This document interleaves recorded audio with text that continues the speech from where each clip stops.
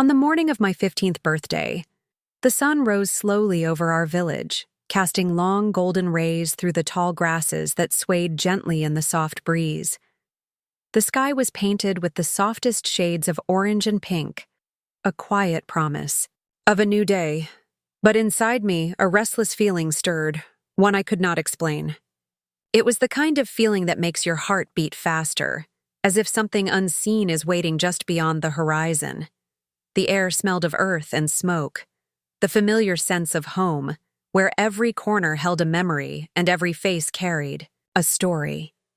Our village, nestled between the ancient baobab trees and the winding river, was a place where time moved slowly and life followed the rhythm of the seasons. Children ran barefoot through the dusty paths, women gathered to pound millet, with rhythmic thuds, and elders shared tales beneath the shade of the mango trees. This was the world I knew, the world I loved. Yet on this day, it felt as though a secret had begun to stir beneath its surface. As I prepared for the day, my mother called me from the cooking fire where she stirred the thick millet porridge, her hands steady and sure despite the early hour. Her voice was soft, carrying the warmth I had always known. "Awa," she said, using my full name, which meant the firstborn of the morning. "Today, you step closer to womanhood. Remember, our family's path is carved with both light and shadow." I nodded, feeling the weight of her words, though their full meaning would only become clear much later. She handed me the cloth she had woven with her own hands, deep indigo dyed with the leaves of the indigo plant, patterned with delicate shapes that told stories of our ancestors. It was a special cloth reserved for the day I would be recognized as a young woman in the village. As I wrapped the cloth around myself, the cool fabric felt like a shield, protecting me from the unknown. But it was when I looked down at my left shoulder that I truly understood that this day would be unlike any other. There, etched into my skin, was a mark I had never seen before, a swirling pattern, deep and rich like the roots of the ancient baobab tree that stood at the village's edge. The mark was dark against my skin, almost glowing in the sunlight that filtered through the window. My breath caught in my throat. I ran to Grandpa's hut, my bare feet pounding on the dusty ground, heart hammering like the rhythm of the talking drums during the festival. Grandpa sat outside, as he often did, with his pipe resting between his lips, eyes closed as if listening to the voices of the past. When I showed him the mark, his eyes opened slowly, shining with a mixture of awe and worry. "This," he said quietly, "is the family's sacred sign. It is the mark of the chosen, one that binds you to the history of our people and the secrets we have carried for centuries. Many will not understand it. Some will fear it. But you, Awa, must learn what it means, and you must keep it safe." His voice was calm, but carried an urgency that made my stomach twist. This mark is not just a symbol, it is a key, a promise, and a warning. I looked at him, searching for answers, but he only shook his head, motioning for me to sit beside him. "There is a story," he whispered. "A story of power, of darkness, and of light. One that your great-grandmother told me when I was your age. It is a story that the village has forgotten, but it lives in our blood." Grandpa's hut was small, made of earth and straw, with walls painted in faded colors by the hands of our ancestors. The air inside smelled of herbs and smoke, and the shadows danced on the walls as the morning light filtered through the small window. I sat quietly, listening to the crackle of the fire and the soft rustle of the leaves outside, feeling the weight of the moment settle over me like a heavy cloak. Grandpa began his story in a voice so low that I had to lean in closer to hear every word.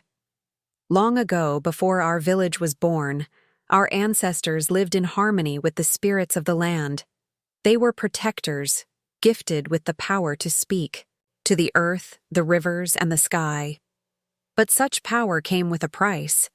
A dark force, jealous and cruel, sought to take away this gift and cast the village into shadow. To protect themselves, The elders made a sacred promise and created a sign, a mark that would be given to one chosen from each generation, to guard the family's secret and to keep the village safe from harm. Grandpa's eyes glimmered as he spoke. Your mark is this sign. It means you have inherited their strength, but also their burden. The enemy of our ancestors may yet return. You must be ready. I felt a shiver run through me, both from fear and a strange sense of pride. What did this mean for me? How could a simple mark hold so much power and responsibility? Outside, the village hummed with life.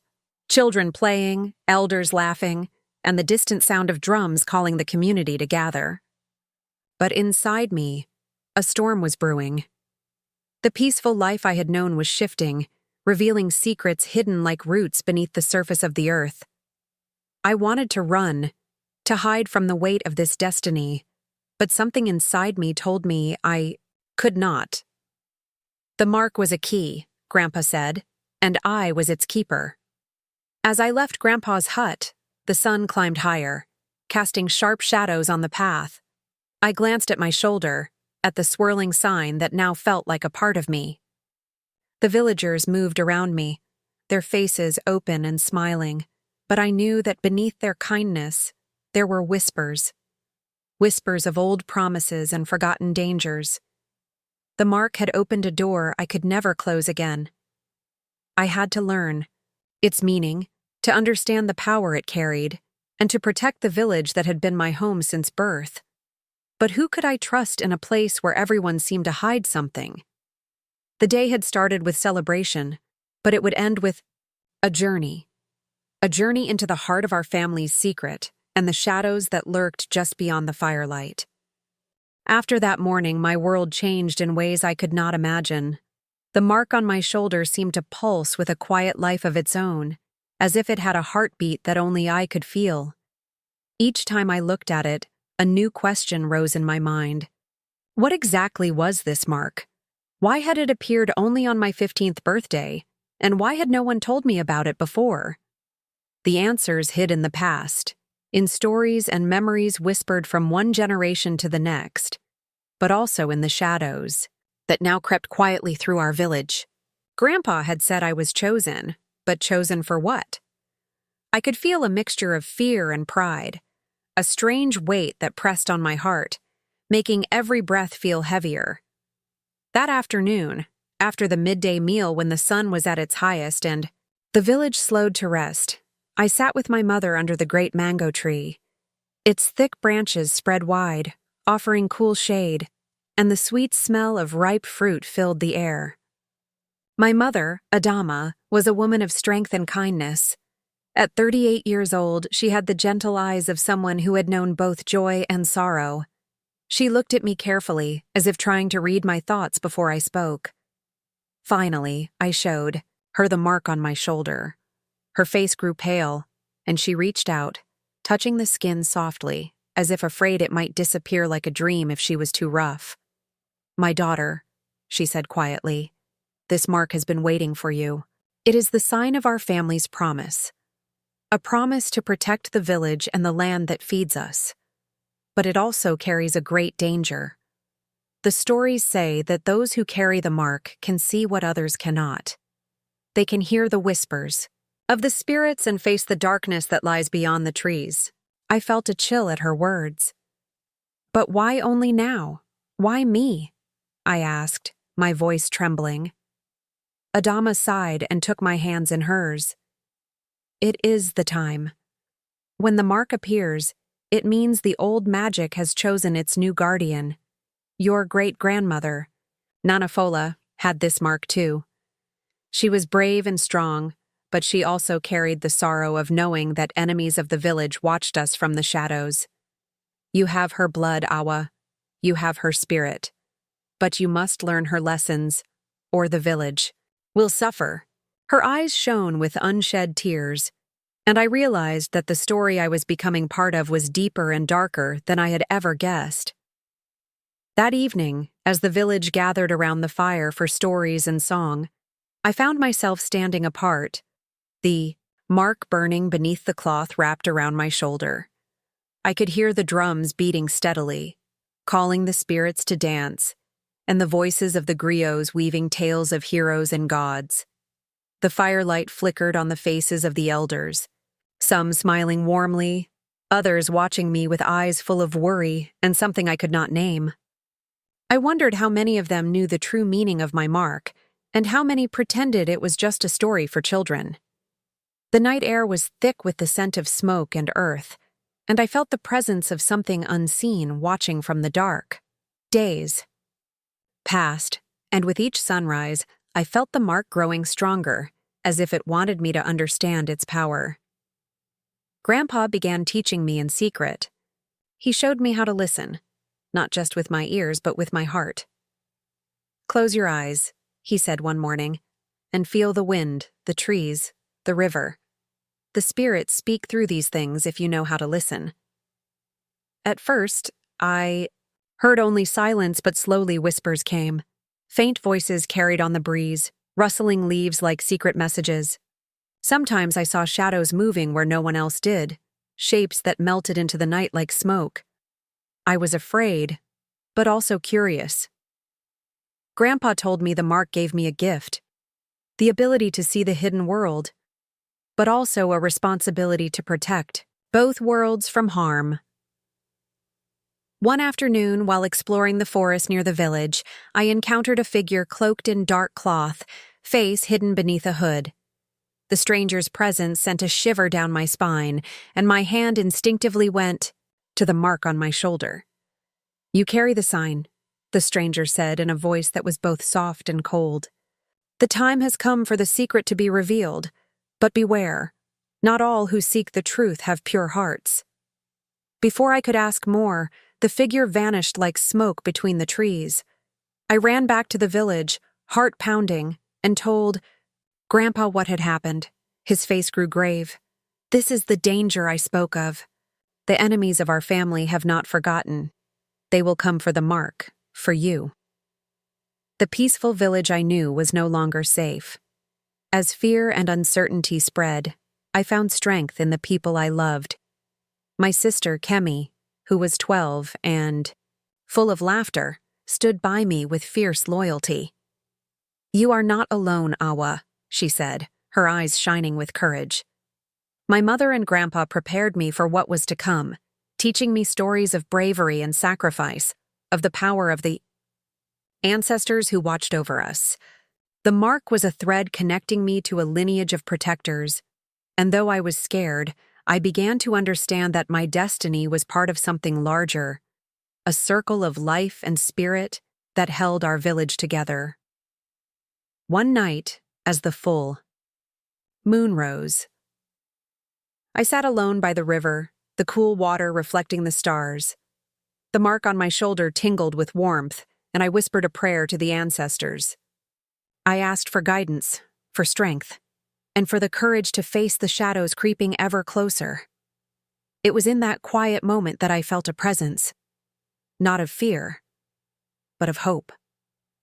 The spirits of my ancestors were with me, reminding me that even in darkness, light can be found. I understood then that the mark was not just a sign of danger, but a symbol of love, protection, and the unbroken bond between my family, my village, and the land we called home. The days ahead would be filled with challenges and revelations, but I was no longer afraid. I carried the sacred sign proudly, knowing that it was a part of who I was, a bridge between the past and the future, between the seen and the unseen. And in that knowledge, I found the strength to face whatever awaited, because I was not just a girl with a mark. I was a guardian of my people, a keeper of their stories, and a bearer of their hopes. The days following my talk with Grandpa and the mysterious stranger felt like walking on a thin line stretched between two worlds. On one side was the village I had always known, the place of laughter, songs, and warm embraces under the shade of ancient trees. On the other side was a world of secrets, shadows, and dangers that whispered through the night. The mark on my shoulder pulsed softly, a reminder that I was no longer just Awa, the carefree girl who played by the river. I was becoming something else, a guardian, a protector, someone who carried the weight of our family's history and the safety of the village.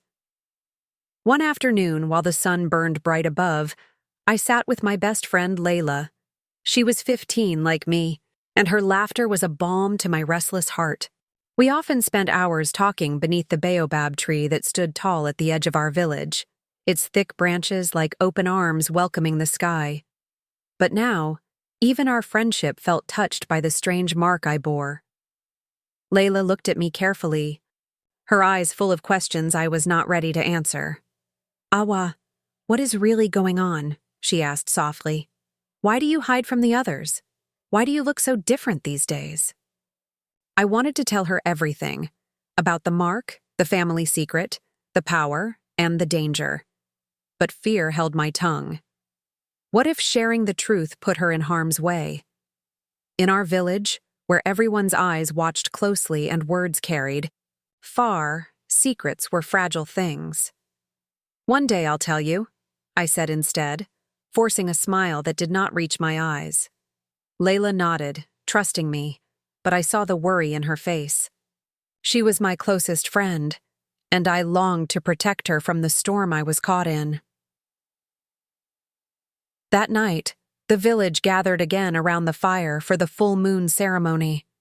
The air was thick with the smell of roasted yams and the sound of drums beating, steady, calling spirits from the other side. Elders in colorful robes danced, and women sang songs that spoke of love, loss, and hope. I watched from the shadows, feeling the warmth of the fire against my skin, but also the cold touch of fear creeping in. Grandpa sat beside me, his eyes fixed on the dancing flames. "Tonight," he whispered, "you will learn more about the mark, about its true meaning and your place in the world." As the ceremony deepened, Grandpa told me to close my eyes and listen. "Feel the fire," he said. "Feel the spirits." I did as he said, and slowly, I was drawn into a world beyond sight. In the flickering light, shapes and voices danced, faces of ancestors long gone, their eyes filled with love and warning. I saw visions of battles fought not with swords, but with will and spirit. I saw my great-grandmother, Nanafola, standing tall and proud, her mark glowing just as mine did. She was not alone. Around her were women of strength and courage, protectors of the village, chosen to carry the sacred sign through generations. Suddenly, the vision shifted, showing shadows creeping closer, dark figures moving like smoke through the forest. They were the enemies Grandpa had warned me about, those who wanted to steal the power, to break the promise made long ago. Their faces were hidden, but their anger and hunger were clear. I felt a cold wave of fear wash over me. The village was vulnerable. The secret that had protected us for centuries was at risk. When I opened my eyes, the fire had dimmed, and the village was quiet except for the soft rustling of leaves. Grandpa took my hand in his grip firm and steady. "The mark is a bridge," he said, "between our world and the spirit world. It gives you the strength to fight the darkness, but it also makes you a target. You must be careful whom you trust." His words echoed in my mind as I looked around at the familiar faces of the villagers, friends, neighbors, even family. Could I know who would stand with me and who might betray us? The next day brought more questions than answers. Strange things began happening in the village. Crops withered overnight, and animals fled into the forest, sensing danger we could not see. Whispers grew louder, tales of shadows lurking near the river and strange lights flickering beyond the trees. Some villagers spoke of curses and ancient punishments, while others blamed unseen spirits angry at forgotten sins. Fear settled like a thick fog, twisting hearts and breaking bonds. Even those who had once smiled at me now looked away with suspicion. I felt more alone than ever. But in this darkness, I found a small flame of hope. My sister Kemi, only 12 but wise beyond her years, stood beside me with fierce loyalty. "We will protect our home," she said one evening, her small hands clutching mine tightly. "We are family, we are strong." Her words gave me courage. I realized that the mark was not only a burden, but also a gift. A reminder that I was part of something greater than myself. I was connected to my ancestors, my family, and my village, and together we could face whatever came. Determined to uncover the truth, I began searching for answers in the oldest places. The hidden corners of the forest where no one dared to go, the ancient caves where spirits were said to dwell, and the forgotten shrines where offerings were made long ago. Each step was a journey into the past, a dance between memory and mystery. I learned that the mark was more than a sign of protection. It was a call to action, a symbol of the balance between life and death, light and shadow. One night, deep in the forest, I found an old stone altar covered in moss and vines. It was a place of power, the heart of the sacred promise my family had made. As I placed my hand on the cold stone, the mark on my shoulder burned bright, and I heard a voice. Soft, ancient, and full of wisdom. "Awa," it said, "you are the guardian of our people. The past lives in you, and the future depends on your courage.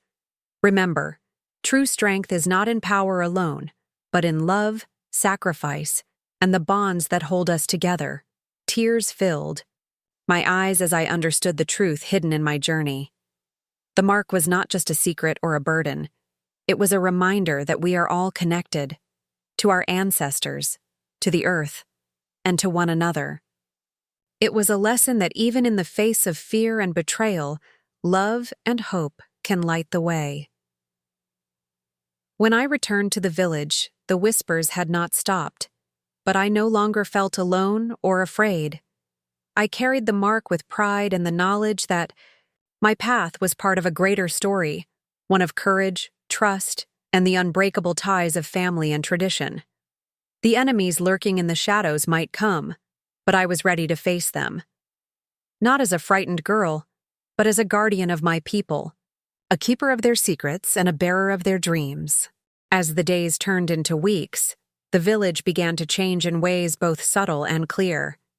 The fear that once clung to the air like morning mist slowly lifted, replaced by a quiet determination that grew stronger with each passing moment. I could feel it in the way the women gathered to share stories, the way the children played without worry, and the way the elders held their heads high, their eyes shining with renewed hope. The mark on my shoulder had become a part of me, not just a symbol of a secret burden, but a reminder of my place in the world and the power of the family and village that raised me. But even as life returned to its gentle rhythm, I knew that the true test was still ahead. One evening, as the sun dipped low and painted the sky with streaks of crimson and gold, I sat with Grandpa beneath the baobab tree, where so many stories had been told. The air was cool and fragrant with the scent of blooming jasmine. He looked at me with pride, his old eyes reflecting the firelight. "Awa," he said, "you have come far, but the journey is not yet over. The mark you carry is a bridge, yes, but it is also a call to protect what is precious and to face the darkness that still waits beyond the trees." I listened, feeling the weight of his words settle deep within me. "Tonight," he continued, "you will face the enemy." My heart raced as I followed Grandpa to the edge of the forest.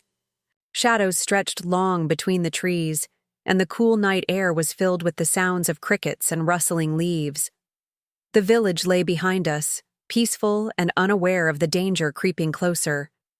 Grandpa placed his hand on my shoulder, and the mark burned warmly beneath his touch. "Remember your lessons," he said softly. "Trust your heart, and know that you are never alone." Deeper and deeper we moved into the forest, where the ancient trees stood like silent guardians, watching over the earth. Suddenly, a figure emerged from the darkness. The same stranger I had seen weeks before, cloaked in shadows, eyes gleaming like cold fire. My breath caught in my throat.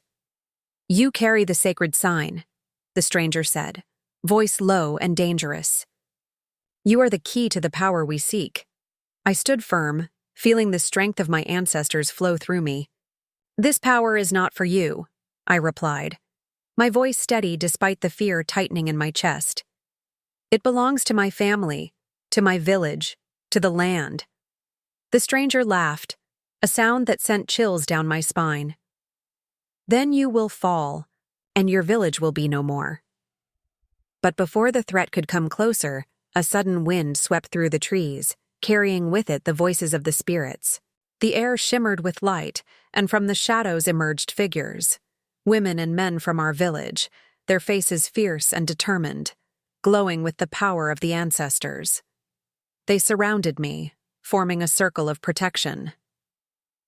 The stranger hesitated, fear flashing in those cold eyes. "You are not alone," Grandpa said, stepping forward with the elders behind him. "The bond of family and village is stronger than any darkness. You carry the mark of our people, and we stand with you." The stranger recoiled, then vanished into the night, defeated by a power he could not understand. The forest fell silent. Once more, but the feeling of victory hung heavy in the air. That night, as we walked back to the village beneath the silver light of the moon, I felt a peace I had never known before. The mark on my shoulder no longer felt like a curse or a secret. It was a symbol of love, courage, and the unbreakable bonds that hold us together. My family's sacred sign was not just a mark of power. It was a promise, a reminder that even in the darkest times, we are never truly alone. The next morning, the village awoke to a new day, brighter and fuller than before. People greeted each other with smiles that reached their eyes, and the children laughed as they ran to the river to splash and play. I stood among them, feeling the warmth of the sun on my skin and the strength of my people behind me. I knew the journey ahead would have challenges, but I was ready. Because I carried the past in my heart, the love of my family in my soul, and the sacred sign on my shoulder. A mark that told the story of who I was, and who I was meant to be. The story of the mark is a story of growth, trust, and courage. It taught me that true strength comes not from magic or power alone, but from the love we share and the bonds we build. In our village, every mark tells a story of sacrifice, hope, and the unbroken circle of life. And on my 15th birthday, when the mark appeared on my skin, I became part of that story, forever connected to my ancestors, my family, and my home.